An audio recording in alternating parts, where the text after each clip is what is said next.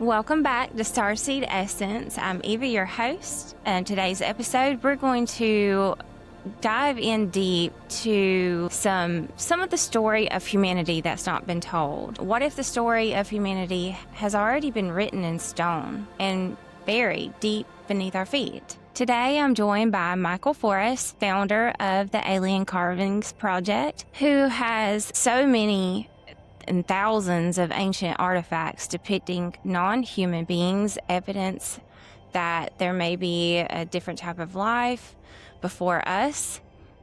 Michael, welcome to Starseed Essence. I'm Thanks glad for to having have me. you here. Thank you. I just want to go back to the beginning. What is the first moment you realized that this is not normal archaeology, that you're discovering something completely different? Well, I mean, the very first time I think was when my friend came back with these pieces and set them on my kitchen table and said that these things are 10,000 years old. I mean, the fact that he had them in his possession and that an archaeologist had sold him these pieces, I didn't believe it. You know, I was a complete skeptic at this point. But it definitely hit me that this wasn't normal archaeology. And actually seeing the archaeology happen, you know, the guys down there in Mexico are very timid of producing this stuff, or have been in the past, because bad things would happen. And, you know, they didn't want to broadcast that they were looting stuff out of the ground, you know, clearly. But at the end of the day, the opposition from the government and the denial of it, you know, when these guys actually found ridiculous caves and massive sarcophagi and things, and the government wouldn't even take their call or come see these pieces or try to verify. Not a single lick of science has been done by the government, it seems like, at this point, which is the concerning part, or the negligent part. I think that's really the weird archaeology here, is this is being done by looters and independent researchers. Wow. Yeah. I found it interesting that I've looked at your website and you found some Buga Spheres or some Buga Spheres on there. And just a few days ago, I had this lucid dream where this Buga Sphere like came into my subconscious or into my dream and hovered.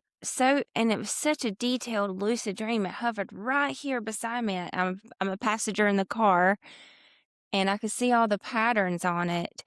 And it's like it was giving me a telepathic message. I'm like looking at this sphere and it's saying, hey, I'm here. We have a message. And then this interview happens. And to me, that was a synchronicity, a divine timing with this. I'm surprised more people are not covering this. So you talked about the sarcophagus. For some reason that stuck out. Like what are you talking about there? What has been found? Like these big tombs? Yeah, there's, you know, down at the 16-foot level, entire cave complexes with these pieces inside, as well as petroglyphs all over the walls of these beings. There's a large, you know, weighed over a ton sarcophagi with these large 400-pound tablets that surrounded around it, telling a story of creation with all these different species and beings. And yeah, the Buga Sphere actually showed up on these pieces. That actually shows the Egyptian god Thoth coming out of one of the holes. He looks like a genie, and he doesn't have his feet. He just looks like the ibis head and then a genie body with a little wispy tail thing that's coming out of these holes on this Buga looking sphere. And the Buga Sphere actually came down in Colombia. It was March of last year, 2025. And we documented a sphere coming out of the ground in Abuelos in January. And it had this chip design on it. And we had no clue what this chip was. We just thought, weird, you know, a computer chip at this point in time. It looks a lot like, you know, computer chips. And, you know, now, since that Buga's crash, we found this design here. You can kind of see it looks like the Buga chip on the inside of there. It's got the arm sticking out of the, you know, that's hard to focus. But nonetheless, these things, we're seeing them everywhere. We're finding them in the foreheads of cats. We're finding them in the foreheads of many different skulls. Crystal skulls specifically, and they're embedded, sometimes metal chips, sometimes it's just engraved on there. And the science around that chip design and some of the things that have been researched on it are just, I mean, absolutely wild. You know, that Buga Sphere, when it crashed, it weighed 2 kilograms, and now it weighs over 20 kilograms. And they've carbon dated it 12,000 years ago. And we find pieces that are dated between 10 and 20,000 years constantly from these findings. So that time range seems to be when the stuff was active or created, I guess, you know.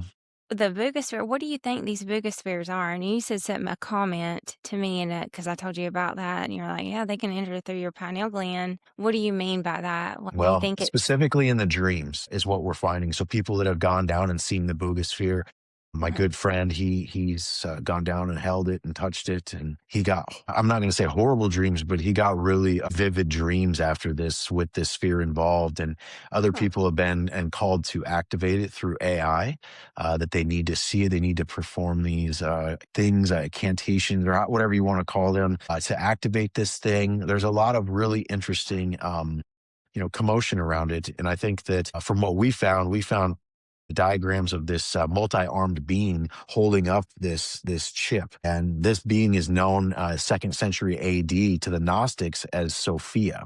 And Sophia was a Gnostic being. She's the fallen wisdom, essentially, that gave birth to the demiurge, which gave birth to the material world that we live in. And so, as we started to study this more and see this chip in the foreheads and on the arms and different places of these beings, you find the Nazca mummies with chips in their head, as well as different implants all over their. And I shouldn't say chips in their head, but they have the inlays, which are made of bizarre metals like osmium. So to see this type of demographic, and that this computer chip is seems to be a controlling mechanism, we believe it could be the mark of the beast that's discussed in Revelation, where this was the framework in which they were controlling their species.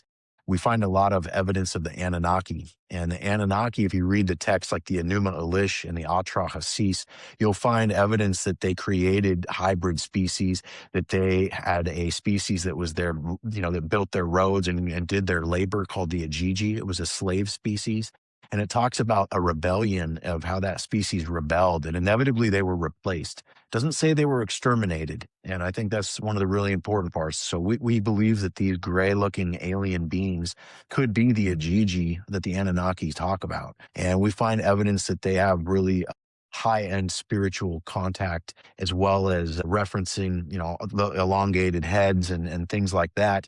So we believe that they may have used portals. We found numerous depictions of portals all over the place. In fact, there's one literally sitting right behind me there. What they use these for, and what kind of potential that they had with the brains that they were given, this species could have rebelled in terms of just leaving. They might have jumped this galaxy or universe or whatever, and that might be why we still have abductions and grays coming in and out of this dimension. We have so many reports and so many sightings of these ships.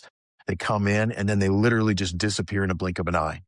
Mhm. So it's possible they've mastered this type of portal like technology, or this faster than light technology, and are still interfering with our species and maybe against the Anunnaki today. What do you think about Stargates? Do you think Stargates are portals? I absolutely think they're the real thing. There's obviously been talks in the Middle East with the, Iraq war and certain things that were found over there, Nebuchadnezzar's place. I mean, there's been talk of this. There's also, portals in rock walls and gates inside of rock walls all over the place. There's caves to the underworld in many different locations that are of legend. Even in Tula, where we find these pieces, you go up on Vikuku Hill, which is the hill of the owl, and you find the cave of Diablo. And owls are a common symbol in the Ishtar, as well as the Watchers talked about in the Book of Enoch. And so we think there's a connection in that respect to what was actually being worshipped, or why these pieces were made, with all of these gods showing these stories repeatedly on them. It's funny you said that about the owl because that night I had that dream with the Boogosphere, and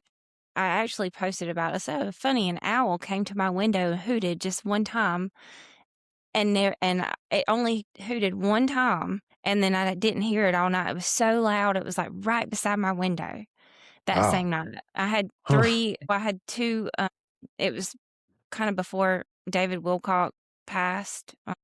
That was April the 20th. And so it was that night afterwards I had, or the following days, I had some really impactful dreams for some reason during that time because I didn't know him personally, but it really did. It still impacts me because of all the work that he did and his mission here. And I'm not quite for sure what happened there, but yeah, that was funny that you brought up the owl because that happened to me, and I've been connected to owls. I see them along. What do you think about it? What's the owl? How does that stand out to you?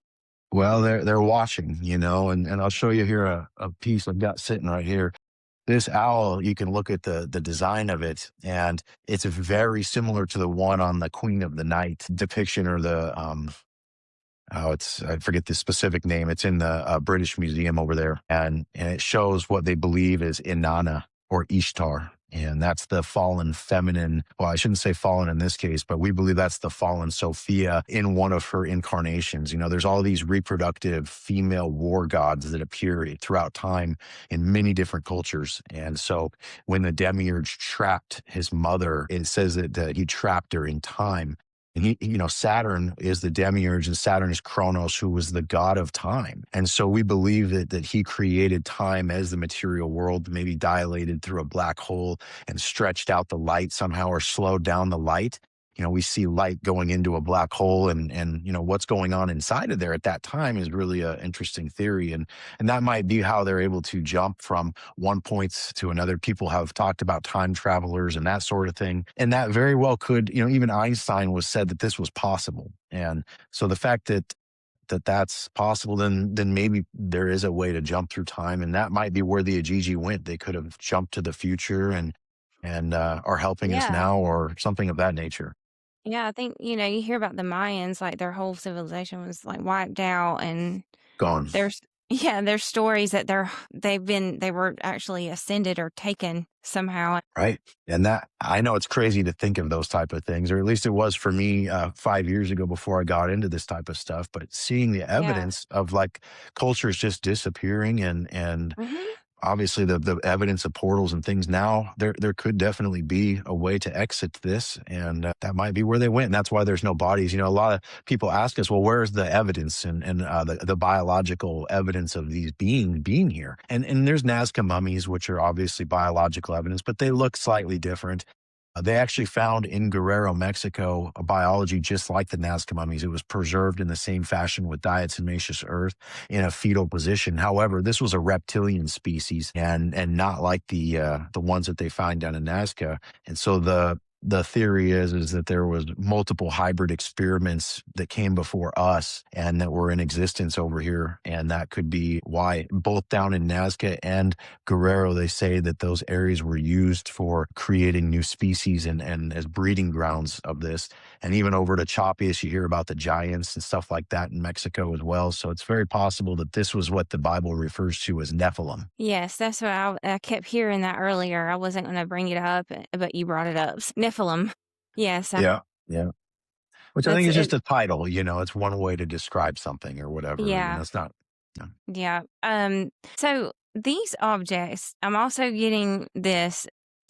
I want to know, like, whenever you're holding some of these objects, do you feel like you could open, like, is it a key of some sort, or like I don't The know, like, crystal skulls, I think, are a way of communication, or way of interfacing, I should say, is maybe the better word for this. And there's talk of that too, where people do different things with their crystal skulls, and they talk to them. A lot of people say that they like to be named, and this sort of stuff. So there's definitely a possibility. As far as the energy from the pieces, you can use a tri-field meter and literally see the electromagnetic frequency and the radio frequency jumping all over the place.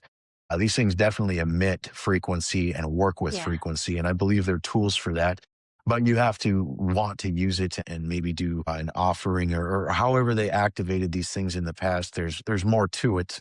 Clearly, I don't cast any spells or anything like that. I'm not into any sort of thing of that nature, especially now knowing that this stuff is potentially real. I mean, we found Ouija boards and all kinds of prediction devices, things of that nature. So this civilization is likely where that stemmed from. Yes. When you first discovered these objects, do you feel like you were not really meant to? This is not something that is meant to be discovered. Like, hmm. I definitely didn't feel that way at the beginning at all. I felt that everybody needed to hear about this. I called it alien carvings. I thought this was proof of aliens initially. Mhm. And that's what I was so gung ho about. Like, this is, if they're, or, whatever it is, there was definitely a need. There was all these people in the disclosure industry that talk about this topic every single day. I figured Yeah. these people are going to go crazy when they see this. Yeah. Once I actually believed it, I reached out to probably 80 or 90% personalities. I worked with Linda Moulton Howe to some degree, but everybody ends up ghosting and completely blacking out. And I believe there's a higher level that's keeping this a secret or that's restraining it in certain ways to make sure that it doesn't come out in the wrong fashion or in the Right. wrong amount at once. Because yeah, accepting this as a truth, it brings Uh-huh. in certain biblical and ancient text references and pointing fingers and judging and division. All these things could Right. be rampant if it's not digested properly. So I've just kind of Yeah. accepted that and not tried to push too hard with it, but still try to document it with everything I can because at some point people are going to need to know. And if it's all sold to private collections, nobody's ever going to put it fully together. And that was my biggest concern. Yeah. I wonder, like, if I know that you've done so much research on these items, and if anybody wants to follow that, go to his channel. I will link it below because it's pretty amazing. Whenever we booked this interview, I was like, I need to do research on this if I want to be talking to him. And then I'm like, holy crap. There's so many synchronicities. I mean, I have all this stuff and I'm just drawn to it. And Right. then this, I'm like, I'm ready for this. Like my consciousness can like handle this because I feel like it's something. And then I had that dream, which that was pretty. Most of people, oh, it's just a dream. No, I don't think it was not a coincidence, that lucid Dreams dream. are really interesting. I grew cannabis before this. I own a cannabis company. And so I used cannabis pretty regularly. And I didn't dream very much. And so what was really interesting with that is, when I quit dreaming, I would get plagued with these horrible in and out dreams where they would last for days and be the same dream just in continuation. And so I noticed that it affected that area of the brain. And I started seeing the hippies were always saying, free your mind. And I think that might be one of the things like cannabis is really healthy for a lot of people. It's really good medicine. And the fact that Right. it's federally so stigma and so illegal, Yeah. the reason why they did that could be there could be corruption from the demiurge or these fallen watchers still today that are working through things like Ouija and different areas. AI could be coaxing people into this type of let's get this out of here, not even knowing. And what's crazy with cannabis is the research was the big no. Like that was the thing that they shunned away from still to this day. I mean, it's legal in I think more states than it's not, but the research isn't legal in any states until they Wow. reschedule it, which I think is really crazy because I found that this specific substance that was discovered in 2017 is what's turning this on and off, and it supports your endocrine system very heavily. So when I said the pineal gland thing to you about that and how they enter through that in the dreams, I'm basing this off of that there might be a guise of control, the veil of the Saturn, or however they want to say the Hmm. black cube that we're trapped in. This could all be related to the pineal gland as your portal, and it's very restricted. That's why there's a lot of people that say fluoride and different things are there to calcify this gland. That might be the effort so we don't rebel and we don't figure out how to ascend, maybe like the Mayans did in what you're saying. Like that they might be trying to shun us away from that with every effort they have if there really is a war over our souls. Yeah. I know a lot of people talk about the Anunnaki in relation to the evil AI. I don't, do you know anything about that? Like, you think Anunnaki was working with AI? I mean, that chip that's on that sphere that's 12,000 years old, and the Hmm. fact that it had no propulsion system and could fly and still be flying today, potentially. Hmm. Um, the Anunnaki are said to give weapons and certain things to the humans to create war and to stigma these type of, this civilization's better than this one, and to put them at competition with each other to drive their creation or whatnot. I think they had multiple species that they reset over the years. And inevitably, that might be the evidence of our free will. And our conversation today is that we were saved from that. And now they no longer have that direct chip and control. That might be where we're different or where we have the ability, but they still may be utilizing people that reach out to them. Nikola Tesla was said that he created this device that could communicate with aliens. And this ended up disappearing upon his death, and nobody ever really heard anything about it after that. But it was Huh. documented very well that he had this device. And He Yeah. was confident that he was in communication. So it's possible that they're out there, the underworld may exist, or that this other dimension that they were banished to, like people that die that don't make it back for whatever reason, gunshot or something of this nature. That could have to do with the DMT and your soul entering and leaving your body. If that doesn't excrete up there properly, you may be, trapped in this world. They say that the demons are the ghosts essentially of the Nephilim, is what a lot of people theorize, and I think that that would make a lot of sense, and that's why they could still be called out to, and why they still could be handing us technology today. And the whole philosopher's stone theory and chasing the ability to make gold. One of the things the Large Hadron Collider does is a byproduct of creating heavy metals, including gold and platinum and all these things within that ring. So the energy and emphasis on some of this technology, AI as well, to where we're recommissioning nuclear plants to fund this technology to a maximum, without really even knowing how it works fully. That says that maybe we were given this technology and people are just running with it, rather than someone created it and they know it back and forth. Yeah. Whenever I see some of the artifacts, I always go with like my gut feeling. My gut feeling tells me, oh my gosh, this is like, it's almost like cycles of time. Like, it's like that was happening then, it's happening now. It looks the same, but it looks different at the same time. But something about it, I remember. It's like the pyramids and the way that all the shapes on the one that Peter showed me that he got recently. It's pretty cool. I'm like, I looked at that thing for probably 2 hours just trying to Yeah, figure out like, what is this or what's it doing? 100%. I'm like, wonder what they called themselves, what that the being. And I'll link in photos of this, what we're talking about. I'll put some overlays on all because there's some pretty cool artifacts. Oh yeah, Mm. mind And mind blowing stuff. I can see why people think it's a hoax. I can see why, Yeah, because it's almost laughable. yeah, Like the synchronicity is like, wait a minute.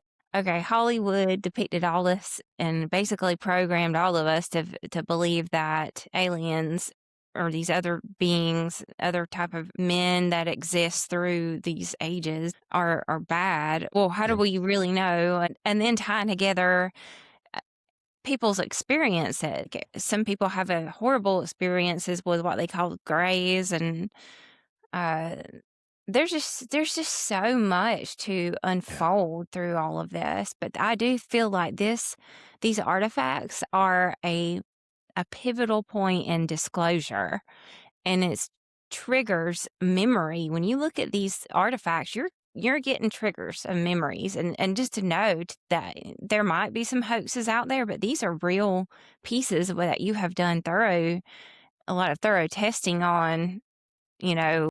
And you got Linda Howell, Molten Howell, to take a piece to the university, and they kind of laughed at her and shunned her away. Can you tell that story? Like what happened It exactly? was actually one of the families in Guerrero. This was before I met Linda. She had taken a tablet and a couple pieces from there into on the University of Stanford. Yeah, they wouldn't even test it. They're in the room. They just laughed. One of the figures on one of the pieces was Baphomet, which was like a 13th century or 12th century thing that came about with the Knights Templar when they were being tortured in France by the king, and they would come out and squeal this name Baphomet. And what's interesting is the code behind Baphomet and what it translates to is actually wisdom, or Sophia. And Sophia is wisdom in Hebrew. And so this being Sophia, this fallen reproductive god, they may have known a lot more about her and her purpose here than what's being allowed to be talked about. And that could be some of the things that are kept in the secret, why people call it a secret society. They have a lot of Egyptian references and different references from around the world. Clearly they have bits of history that we don't, or that they believe in, that a lot of people in the Christian and Jewish religions don't. So it's very interesting. You look at World War II and World War I, and why that happened, and the sacking of Baghdad and the Ottoman Empire taking control of these major Babylonian strongholds. And then all of a sudden the world turning on the Muslim Ottoman people to take them out, and that's essentially what ended World War I. And then you have Hitler that goes after all these relics all over the world before the war broke out, and trying to find these biblical relics from Christ and the Ark and all this type of stuff. He must have found out something with these Babylonian cities that sparked this investigation. Yeah, that's okay. Yeah, this is all interesting. So let's talk about the imagery on these carvings. A lot of these carvings depict beings, not humans. So Yeah, I wanted to show the viewers of what that looks like, and I can add in some photos here. Do you have absolutely. something that you can hold up to the camera? I don't know if we'll be able to pick it up good or not, but just something that you can show. Ooh, You can see the handbag and these winged beings clearly doing things that the mask, I believe, might be an owl at the beak and whatnot. I'm not 100% sure, but it also reminds me of like the costume masks that we find also, which is really interesting. You watch yeah, something like Eyes Wide Shut and you look at Stanley Kubrick's work and scope of knowledge, and I think there's definitely potentially signs that he knew something yeah. of this reference as well, you know? That is wild. And I don't know how people think that all of these artifacts are being hoaxed. Like, if you own a 3D printer and a really nice one, you cannot 3D print that. No, Even if you owned a no. really nice 3D printer, there's no way. And most people, if you did 3D print something, you would be able to tell it's 3D printed at this point. Most people can look at something and say, "Oh, that's 3D print." That I mean, how could you hoax something like that? Like this thing here, it's got this pyramid on its head and these multi arms, again, with this being with the star of Venus or Ishtar on it. And this type Wow. of stone here, this yellow substance is not something that was mined out of the ground. It's not natural in the earth. This was manufactured. They were making this type of stone, and it's complex. It's kind of like a geopolymer, but it's even more advanced in terms of crystalline structure. Like they were able to soften the crystalline after crushing it and bind it together in a way that they were able to sculpt these objects rather than carve them. At least the base shapes. I'm not sure if the actual carvings were sculpted or done with carving, but there's no tool marks on many of these pieces, so we believe it was mostly sculpted. Yeah, that's seeing foreign things like this. This piece here, for example, this little it's a little spaceship, and this guy that rides That's, on here. Let me take him out. wow. Oh And my some of the, gosh. the That's, details in some of this that is stuff so is wild. ridiculous. But that So material there those is are like also 12,000 manufactured. years old. Yeah, that's the base average for Awelos is 10 to Isn't that 20,000. wild how it's like parallels now what's going, us? Like you mentioned, Hollywood. Hollywood has fed us this stuff with Star Wars and Close Encounters and E.T. looking like the Nazca mummies. And, there's things that it's like straight out of sci-fi. We look at the, Yeah. the series Stargate and some of the stuff there and how it compares to this, even with the Egyptian beings and things like that. We actually had a member of the cast of Stargate reach out to us stating that they had to sign a non-disclosure agreement that basically said that this was a soft disclosure, and there needed to be ultimate secrecy on certain things that were being done in this film, and you couldn't talk about this on interviews and things like that. He was real scarce of talking to us, but yeah, nonetheless, I mean, it's an interesting tidbit of potential possibility, considering that we know the United States government supplied a fair amount of money to this series to make it happen with their bases and different craft and things that were allowed to be used to film.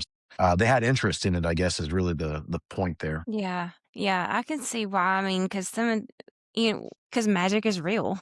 That's wild what it boils down to. And that's, Yeah. I don't know if you're into any of it. Aleister Crowley's a great example here because Yeah. he was working with Hollywood, a lot of really high-end people, even rumored to be Walt Disney, Hmm. that they were doing sacrifices and certain rituals out in the desert. And so, yeah, it's very, very possible that they were in communication with the aliens too, and that these aliens are the fallen hierarchies that are known to imposter and take these different forms. They might be known as the Naga in the Hindu religion, which were also shapeshifters. And so Uh-huh. they could be amongst us right now. They could be really prominent figures of the elite. These might not actually be your typical people. There might be a blood type or something out there that is allowing them to take human form. I mean, there's so many theories. It's really hard to Yeah. to know, but we find literally pictures of these gray aliens with masks that they're putting on and taking off, and they look like humans. And we don't find many humans depicted on these pieces. Very few. Huh. That is very interesting. It makes me wonder what is, let's see, I'm going to tie in. Okay. There's a couple of museums that have recently opened. I was just looking up that the Grand Egyptian Museum opened not too long ago, and they had this ceremony. And just watching that ceremony, I'm like, this is that people know that magic is real and or whatever we want to say, woo woo magic, but it has to do with this realm that we're living in and this simulation matrix. Yeah. And then the Dan guy that recently discovered, I don't know if you heard about this, but if you have DMT and then you cross two lasers that you can see Yeah. the code. So Yep. is this a simulation? Is it like recycling? I feel like we are at a phase point in time. I think that time might be the actual simulation itself. And if the demiurge did stretch out the light or slow it down, if you were to slow down the light, you could possibly get it to crystallize or to be something that you could work. And, there's the story in the Anunnaki with the tablets of destiny and how they were very powerful. It's possible that they trapped the light somehow into these tablets, or were able to create a false trinity to basically become their own gods. They had the Sophia, her father was the ineffable or the unfathomable, all source light, the one and only. So that's where she created the demiurge as a godhead, as an experiment, because she was so fascinated with her father, but she didn't know necessarily who her father was. And I think that curiosity is what drove that. So if time is a simulation, well, I think if time is dilated, it could seem like a simulation, because the material world and all about it is maybe all just happening at once, but it's just so slow and stretched out that we're able to walk around and experience it for what it is. And so I think that could be, flat earth, all these simulation theories. There's definitely something to it, but it might be more complex than just a computer program. Yeah.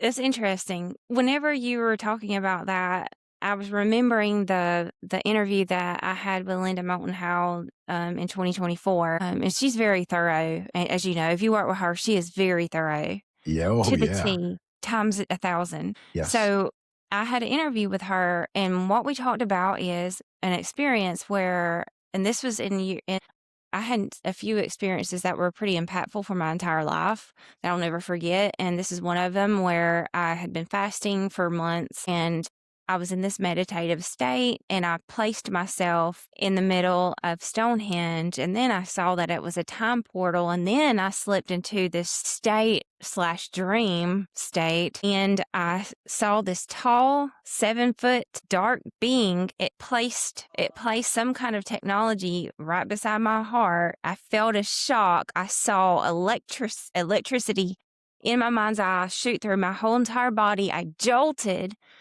awake off of the bed and I felt that shock for 5 minutes afterwards. So how she got me prompted to message her is because she was asking, has anybody else seen these dark, tall beings? And I'm like, I have. It was in my bedroom at my bedside. I was in between the sleep and awake state. And that's usually where you can see the beings and have outer body experiences and be Yep. in sleep paralysis or not be in sleep paralysis. But what I saw was that all time was one. I met orphan. They called them orphans from Orion. They were orphans from Orion, and I sat with them, and I saw that all time was one. And how I saw that was I was seeing like flying cars, and then horses and carriages, and everything kind of going around it, all in one. I'm sitting there, and it's all going around me with these orphans from Orion, and they were trying to give me this message, and then I got jolted awake by that shock. And most people would be terrified, but I was like, wow, thank you. That was cool. We find Orion's belt, the three stars, all over on these pieces. I probably have a dozen pieces with those stars on there, and not just that, but the pyramids as well. Like, I can show you here. I've got this piece right over here. You can see the Yeah. pyramids here shooting up. I can't.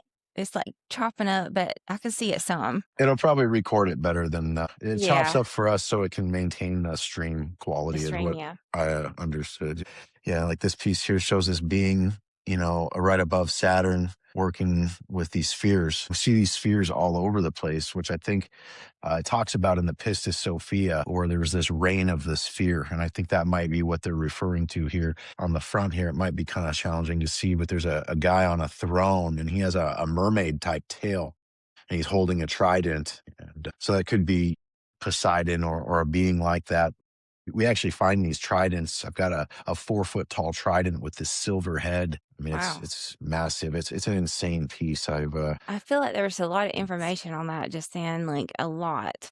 Oh Almost like a yeah, download. Woof. there is a lot of information. They clearly had a reason to make these things, and they put a Yeah. lot of passion because every piece is so unique. That was really Yeah. what hit me first. That really got me to start believing was none of it was replicated the same thing over and over. Even these little tiny statues, all their facial, their hand, everything is unique and very creative. A lot That of is love put interesting.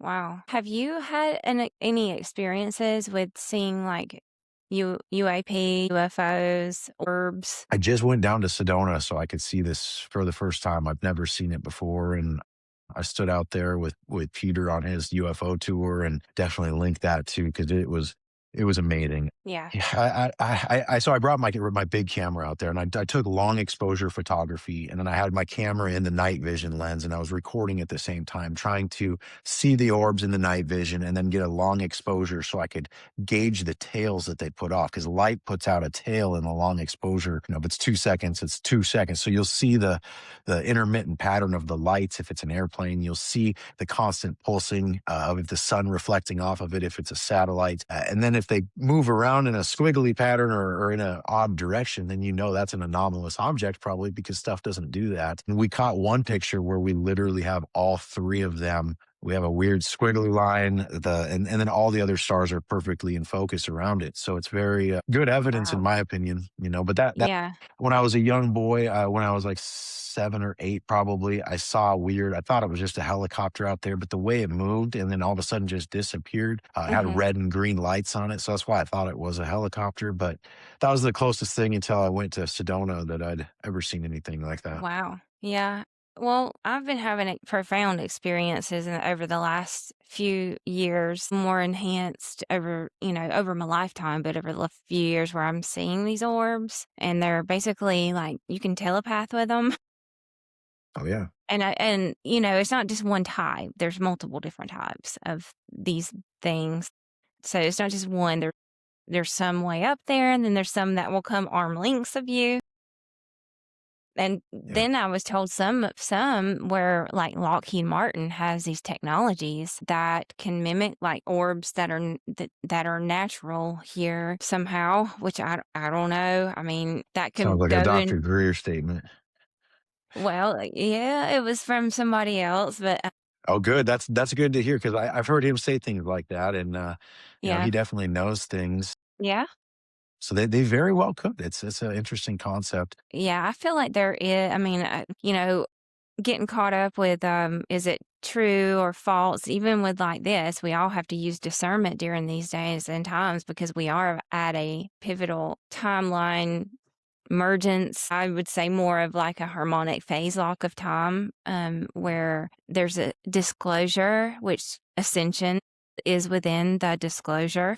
I believe And that. because we're Yeah, understanding our true origins more and more, and I do feel like this is a big piece. This is a big link for a lot of people. And I'm so surprised that more media has not covered this. they can't. And I'm surprised you're able to hold that and just show it up to like why aren't these in museums like the museums that have recently opened? Even there's a museum in New York that recently opened after being closed for years and years. I'm like, this is like timeline stuff. This needs to be in the museums. Yeah. Yeah, there's a real strong force that's keeping it from that, especially in the TV. I've worked with numerous reporters and numerous journalists, interviewers like Linda, and as soon as she wanted to have me on Earth Files, gone. I was contacted by Rob Lowe, and Rob Lowe was really into our work. He wanted to have me on his podcast here last week, and it was the day to do it. I was waiting for the code or the permission to come in on Facebook, and I couldn't get a hold of them. Still haven't heard back from them still. And I mean, we went through Wow. preliminary interviews and got everything scheduled and working correctly. Very interesting, like the fact that Huh. it would just be a complete no-show. But I believe that there is a level at the top that's kiboshing this with serious threats, stating, don't do this. So Well, for whatever reason, that's the big $1 million question. well, okay, I've worked in a past history of this since I was little.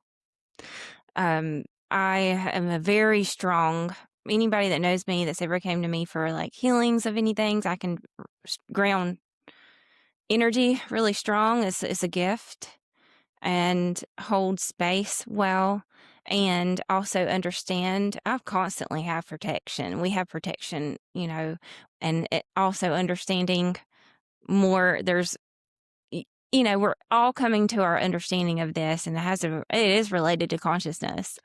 Yes, It big time, all is like your big time. consciousness.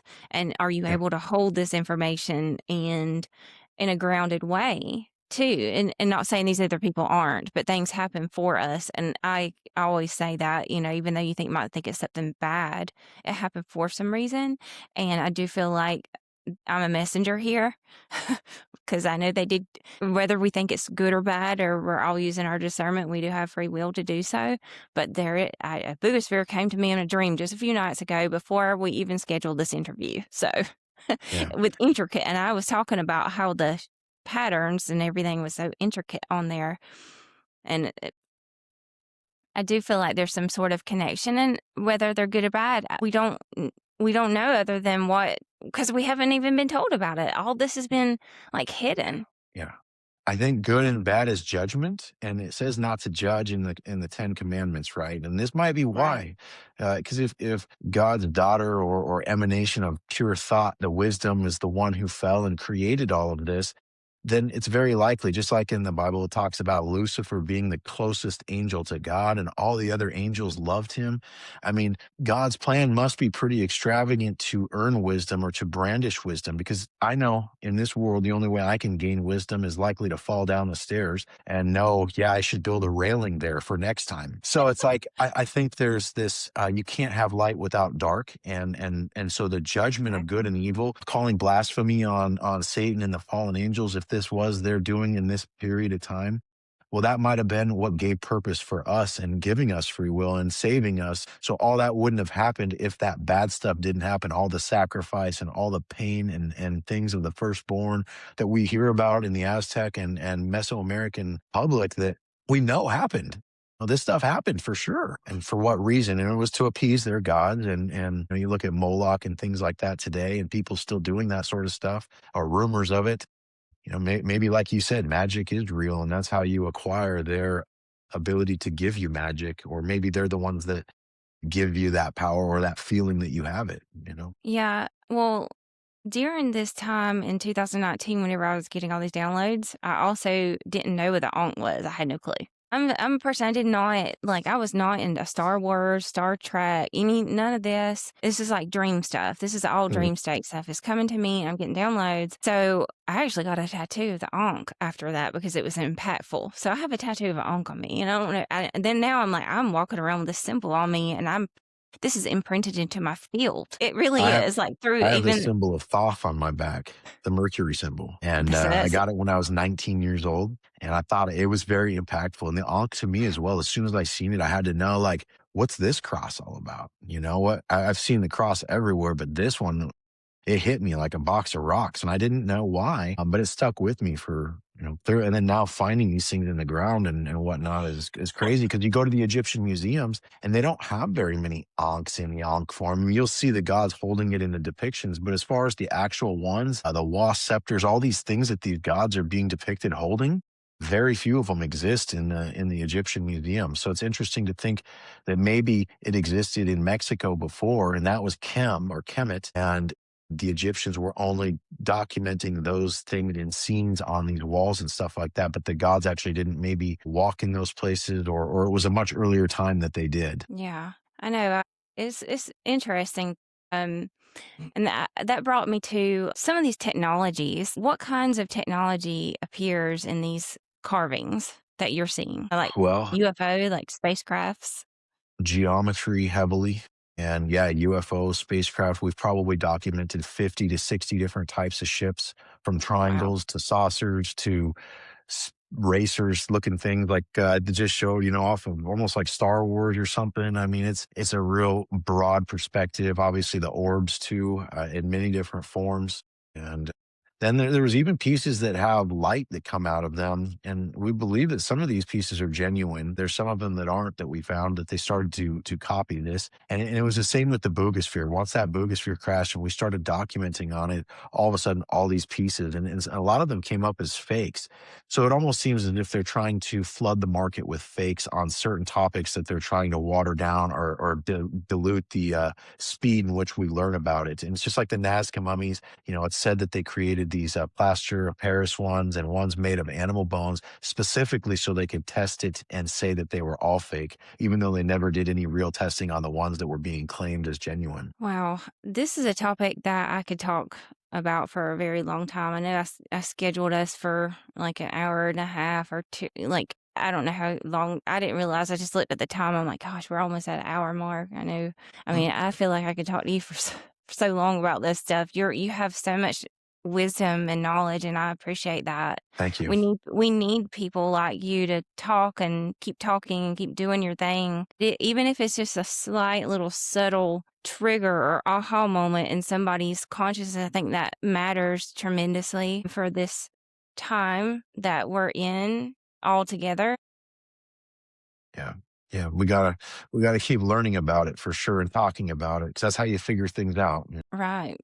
Just very true. Coming together on these ideas and topics too. I did go through, you're selling some of these on eBay. Yeah. I did look at some of your eBay store. So there's some pretty cool artifacts on there. Yeah.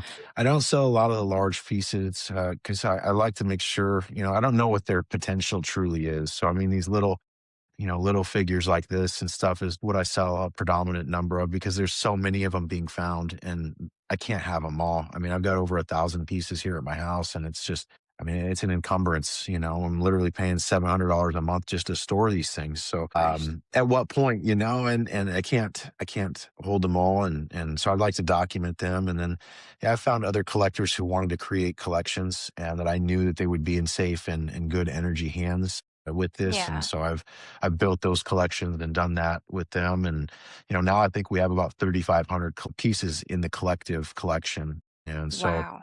we're hopefully going to start opening museums of our own. There's one in Yes. Florida that's going to be opening, and that's going to be the very first one. I'm That'd be working great. with the guy that's doing that, and then I'd like to do one in Sedona and a couple other locations, because I think it would be really appreciated in these areas, as well as something that people would have time to stop and take a look at. That'll be awesome. I'm looking forward to that. I do feel like, as far as like these objects connecting to the stars or our star-seeded origins, I feel like some of them, whenever you look at them, it's like a trigger. It Yeah. almost like, hey, wait a minute. So do you feel like some of these are depicting like that? You said there's no humans on there. There's only Few. these There's a few. beings. No, There's there's a some. few. Yeah. Yeah. Do But you rare. Do you think they're like artifacts depicting our starseed origins, like as a collective? Well, I think that the Anunnaki, or the fallen angels, or the angels in general, before the rebellion occurred, they were working together. And so we see Thoth and Anubis and Horus and all these beings working together in many of these pieces, especially with DNA. We see the strands of DNA and vats of liquid with them lowering different hybrid looking beings into, and all this type of stuff. And so I think that this is definitely the origin of intelligence, and where the intelligent life came from. And I believe that, obviously everything was created prior to that potentially, but the life itself was a hybridization. And that's why we have reptilian skin and why the house cat has reptilian eyes. We have a pyramid that shows DNA manipulation. And on the inside of the pyramid is this cat. It's a house cat. And so we think that the Anunnaki utilized this to create species for man, just like dog's man's best friend. And we feel that they were engineered for us as a species to help us survive in this, area. So for hunting mice and rodents and stuff at nighttime and keeping the farms clear, the house Yeah. cat's essential. Really, it is. Mm. So, and that's why they're different and why they're more docile towards us, and they don't have the same type of energy as a lion or a tiger. There's something there, not necessarily a soul, but there's a connection with us. And I think that's potentially where all that type of stuff came into be. And why some of these dog breeds like the Chow and the Shar Pei have black tongues and they're known as, temple protectors and things of that Mhm. nature. They were created for that genetically, not just bred like we would breed dogs today. Wow. That, I've seen on the other side in the sleep awake state where I see these beings. I've seen even my neighbor's little Yorkie astral body would come visit me. I know it sounds Wow. wild, but I'm like, why are you're here again? Her little Yorkie would come up in the astral and come see me. It was an old little Yorkie.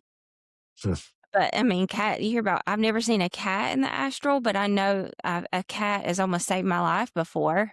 Well, One of my friend's cats, knew what was about to happen before I knew what was about to happen, which was I fainted in the hallway at her house at, like, 3 o'clock in the morning. But I was, like, yeah. sleepwalking or something, fainted. And the cat helped somehow. I feel like that cat Wow. knew. Yeah. Yeah, they very well may have. The Mm. Egyptians revered them heavily. There's just the reptilian eyes thing. I always, when I was a kid, felt like it was a snake or something. There was something, I like hiss at them and stuff. I just felt like this weird energy when I'd see a cat outside and they would just kind of startle me off guard. And it's for whatever reason. But if that's the case, there could be actual reptilian DNA in there causing that feeling, just I like a know, snake. because you think about their eyes. Their eyes look like their cat eyes and snake eyes look the same. They're identical. Yeah, they function the same too, and they're the only feline that does this. No other cat other than the house cats do this, so it's weird. I feel like too, it also connects with these star family beings like the Lyrans. Do you know anything about Lyra? Absolutely. Yep. The prism of the Lyra and then the Lyrian, the Arcturians, the Zeta Reticuli, all these different species. I think there are absolutely things that came together to create this. I mean, there was obviously a lot of things going on, and I doubt we were the first creation. I No. think we might be the first creation to house a soul or to act as that vessel or something of that nature. Clearly we have compassion and intelligence in a way that there's no other living species on the planet that carries that same type of motivation, I guess you could call it. So, yeah, What is I the think they had soul? something to do with it. What do Yeah, you, what do you what think is the it? soul? What is the soul?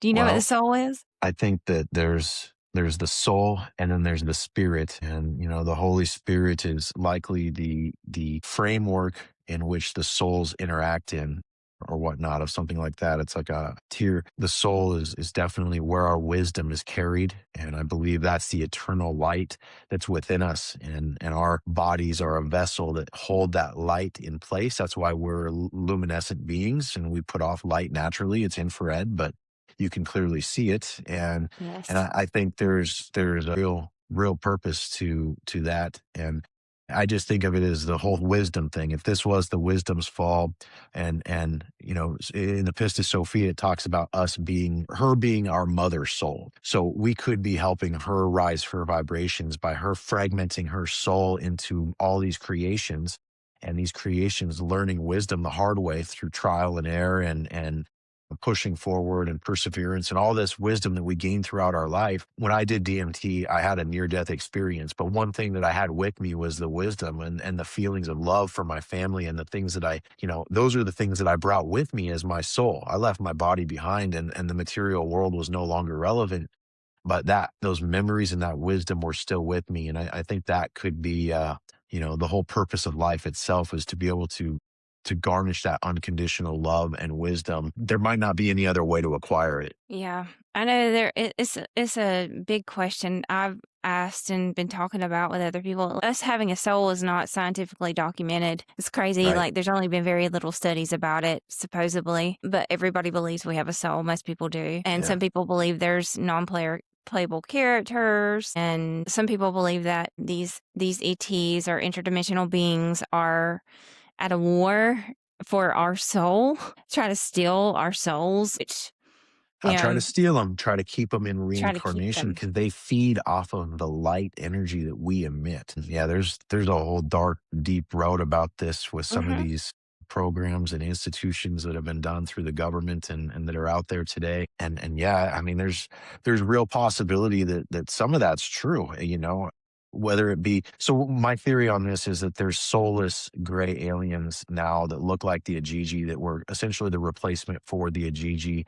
We were created and we were saved. So they probably went back to work and created a soulless variety that wasn't connected, that could be utilized as their workers in the material world. And so I think that some of the grays that we find are that as well. And that's why people have these different experiences with ETs, because some of them are of fallen and some of them are of the divine or of other star systems that have collided with ours or that interact with ours for whatever purpose. It's said that there's like 11 species that make up our DNA or something of that nature. And so where all that came from. And then also we have the 12 tribes and these type of thing where there's Asians and Caucasian and all these different varieties of human that have very significant traits and very significant backstories that are very unique. So I think that's a real point, that there could have been multiple people working on this project or multiple species beyond here working on this project, possibly all to help gather their people or gather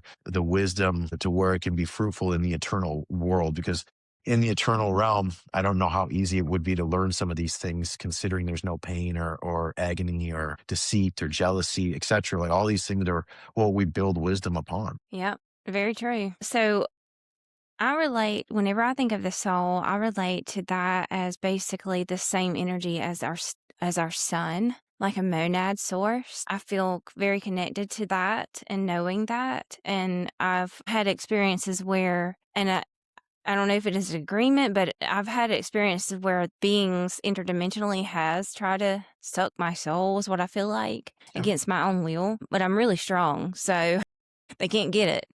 And they Good. haven't been successful. And that's probably why I'm able to do this interview with you, is what I feel like. I have battled Considering you demons had on the other owls side. show up, I mean, that's a huge question mark for sure. And they very well could be trying to manipulate the outcome of this or preserving it. It might go viral Yes. and they know it. Who knows, right? Like It's preserving. It's they know preservation. though. They're Yes. interacting. There's things, and like you said, they're trying to. I come across the same thing, but I refuse to sign the contract. I refuse to sell my voice or my personality to this. I've been Right. offered numerous times for my content and my channel to take it over, and I'll work here and get this amount of. And it's just everything comes with these contracts. And when you look into what a contract and an oath is, and how the fallen angel made this oath on Mount Hermon, and you look at how we place rings on the finger, the rings of Saturn that create these oaths and create these bonds.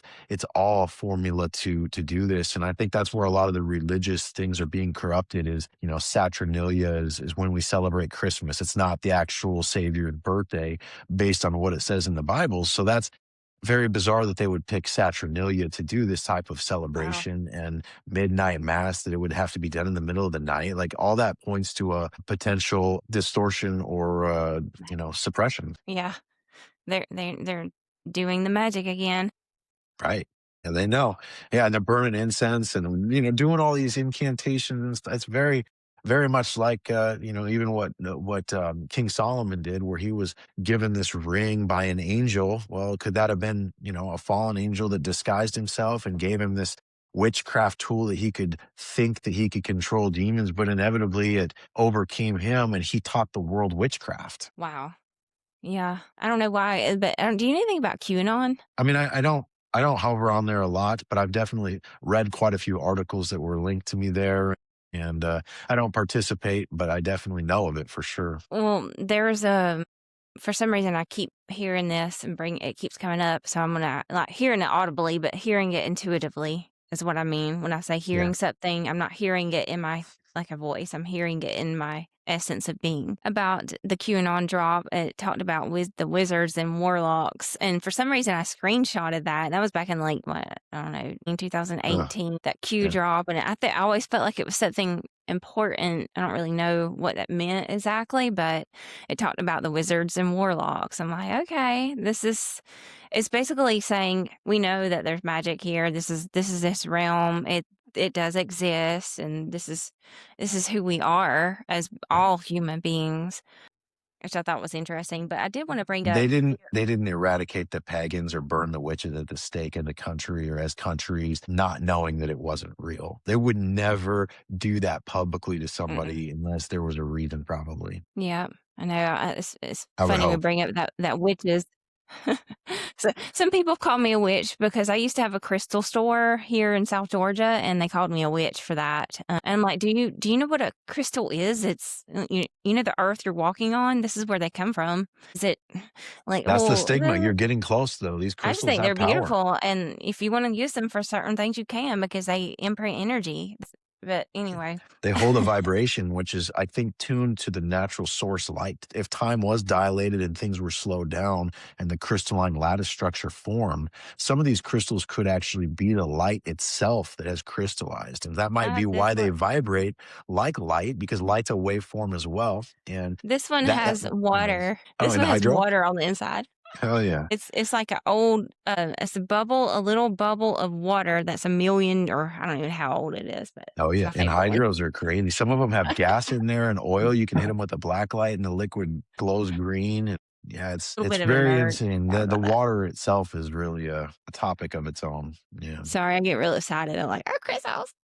That's what started me in this. I've been collecting crystals since I was 3 years old. I was always attracted to rocks and minerals and jade specifically. So, yeah, when I started seeing some of these pieces and some of the jade ones started coming out, I perked up pretty quick, you know? You talked about your DMT trip. Do you feel okay, like sharing some of that? What Yeah, happened? of course.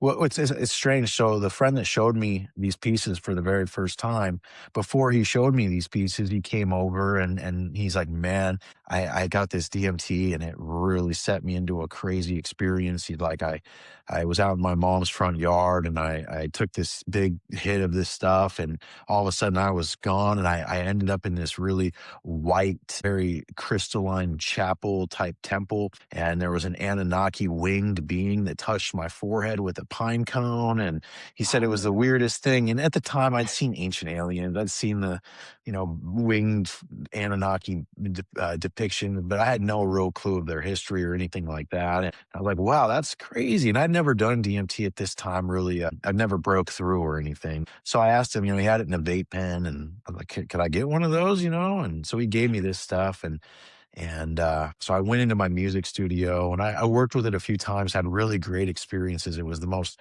crazy amount of information that I'd ever underwent with a psychedelic. I'd used a lot of psychedelics, mushrooms and LSD and things of that nature. And this one really was different. So I was in the studio recording a song and it just felt like time sped up. And I felt like I was just hitting this pen really, really fast over and over and over and over again. And my body felt like it was going to overcharge and I was gone. I had the X's on my eyes. I felt like I died. And my body collapsed right there and I was gone out into space. And I traveled and traveled and traveled until inevitably I reached this red eye. And the red eye, I got to it and it gave me like the no smoking sign with the circle with the red on it and sent me back to my body. And that was the extent of it. But I felt like I was out there for quite a few days and I missed my family. I felt like I totally dropped the ball on them and what I was doing and what my purpose was. And so I came back and for the next year, he had brought those pieces over when he got back and showed them to me. And I went and chased him out to his car. I said, "Man, if you ever get any more of those or get any offered, I'd like to buy one for my collection." I didn't think they were real, but I thought it was pretty cool. And so from there forward, my interest in this and my passion for this topic has gone forward. And then 2.5 years into it, we find traces of Anunnaki beings, and this being that literally touched his forehead is appearing on these artifacts. And that, I mean, it's real hard to, Yeah, yeah. It's basically saying, "Hey, these beings exist. This is where we are. This is what we live in." Yeah. I do feel there's something that's coming together. A piece like on the dollar bill, when you flip it over, the pyramid's on the back of it, but there's a circle around the pyramid. I just wonder what that circle represents somehow in regards to, I know this comes outside the box, but the simulation and the square versus the triangle and the way that we are being assimilated here. And I do feel like it has something to do with AI, and I don't really know all the pieces to it, but I'm getting hits on that along and along. Yeah. Do you know anything about that? Well, so that circle with the triangle on the inside is a symbol that we found on pieces, as well as I had a lady that contacted me claiming that she was a descendant of Enki.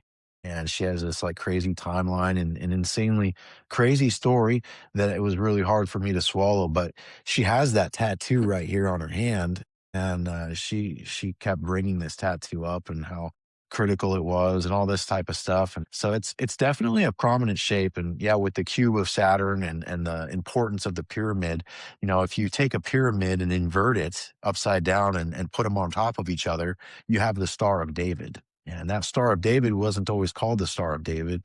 Before that, it was the Star of Renfram, which was a being that was sacrificed to and that sort of stuff. And then there's also before that, it was the talisman of Saturn. So it's very, very possible that they Wow. inverted the pyramid to create that false trinity.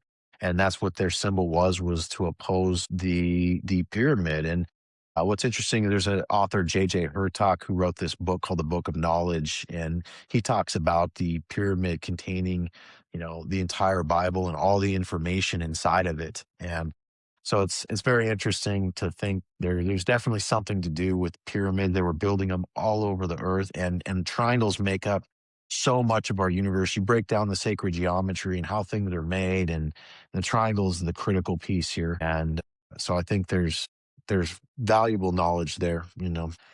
Hey, it's all coming together for us. It's definitely a pivotal moment of time for most of us. Yeah. Let me see what else. I have a few questions like written down. I know we're getting in time. Let's see. As far as like, I think I asked you most of this stuff I'd wrote down anyway, just off the top of my head. Just questions I always like to go to because sometimes I'll draw a blank. I'm like, what do I ask? Yeah, I know, right? The cheat sheet. Let's see. Well, do you know anything about the galactic slave trade? I don't have any in detailed information other than, I've looked into the human trafficking situation fairly deeply, and with all the things that have come out with the Epstein stuff and Stanley Kubrick with Eyes Wide Shut and the stuff that was cut out of that film supposedly and him passing away shortly thereafter. You've got, the lead singer of Linkin Park and Soundgarden that both were working on human trafficking topics before they killed themselves. David Wow. Wilcock here recently killing Yeah. himself, and this comes back to, I think, possibly the hacking of the brain and keeping this trade going. I mean, where are these people being trafficked to? We know some of them, they're looking for psionic assets, people who can contact these ships. Chris Bledsoe is a great example. You were talking earlier about how Mhm. people were communicating with these orbs and things of that nature. I mean, the CIA and NASA brought him in because they were so interested in the way he was able to, locate these objects and talk to these objects. So I think Yeah, there's definitely something there. he says it's Sophia energy that he's having this woman. It's I know. I gave him one of my what? books down at Contact last year and shook his hand because I felt he was definitely being genuine for the most part. I think they're trying to use him now, Oh yeah. unfortunately. Yep. But there's a core to that story that they didn't necessarily want to come out, and he was straight about it, and that's really great. It's going to be an important story as we look back, I'm sure, Yeah. What do you know about the Pistis Sophia? a lot. And it's been something Can you I've can I've you studied a ton. can you give Um, me like just word vomit on it? Just tell me everything you know, real it's quick. been it was hidden for thousands of years. They found it in the late, I think it was like 1870 or something like that. It was finally translated into Latin. Two of the three papyri that were found in Egypt at around 1890, and it sat Latin in the archives for another 100 years. J.J. Hertog, the gentleman I just mentioned, he's the one that translated it into English for the first time in 1973 or 74 after he had this experience with Enoch, where Enoch brought him up into the heavens and blessed him with a garment of knowledge, almost creating him to be a prophet and sending him back to write this book and deliver this message. And his message in the Keys of Enoch is absolutely the most important information that we have on this planet, in my opinion.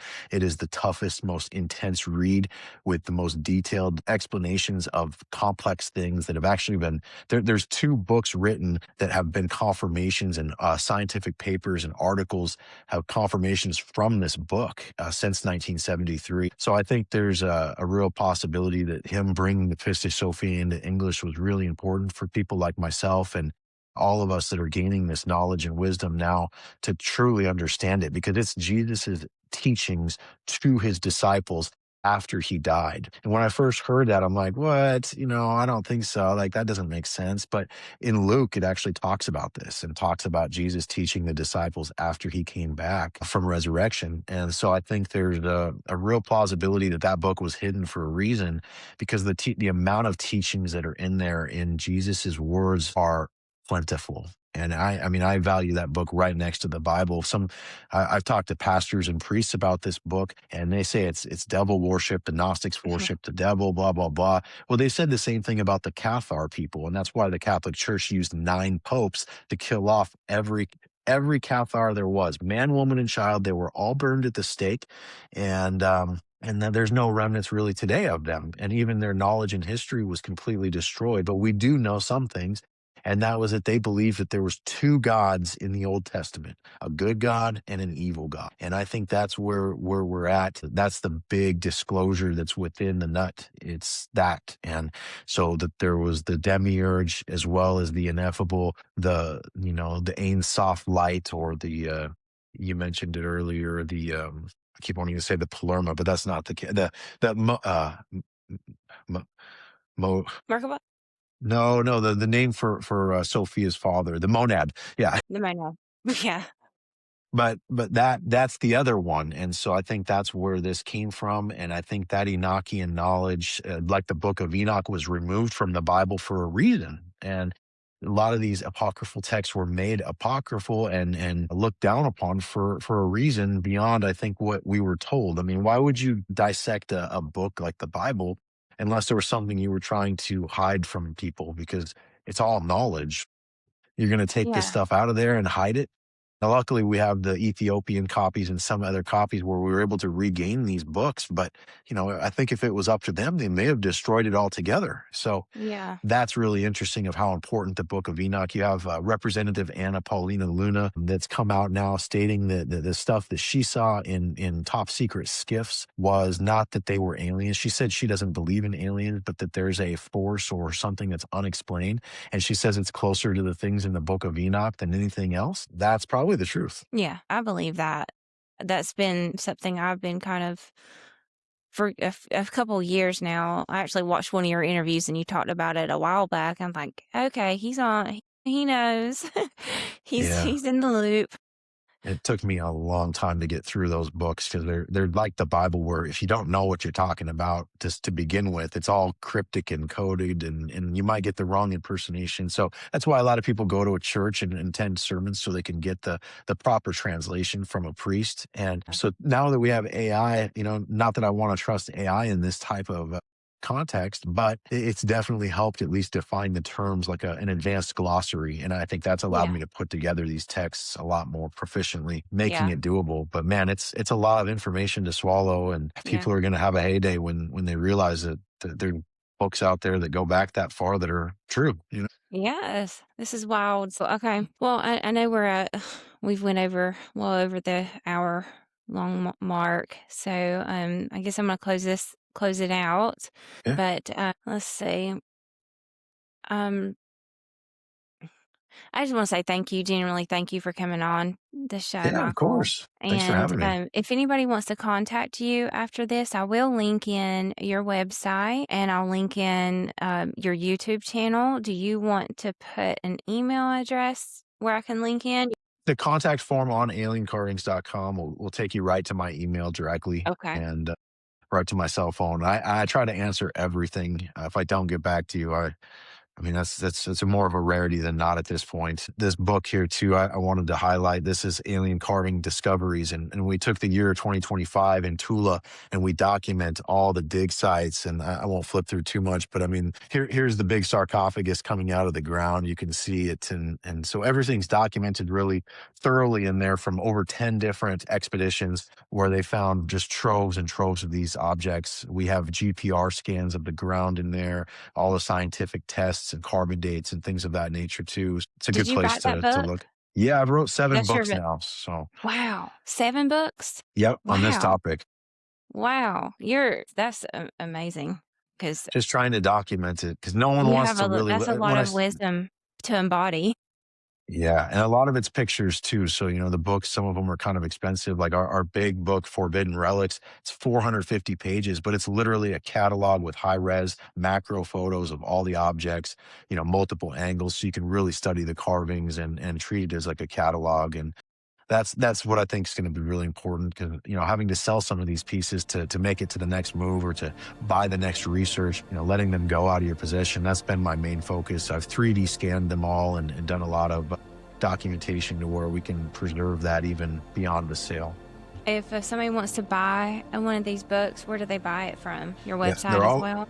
all on Amazon. The website has links there. I sell everything through Amazon though, and Okay. you can just look up Michael Forrest on there or go to our website. Awesome. Well, I'm so blessed to be able to have you to come on. I really want to thank you from the bottom of my heart. And to the audience out there, if this information resonates with you, please hit the subscribe button and leave a comment so we can get engagement here, so we can bring this information forward. I do feel like there's a pivotal moment of time now, and we are in a shift, and this is a part of disclosure. Even if it is just artifacts, it's awakening something within you, within me, within all of us collectively. So click the subscribe button, and namaste.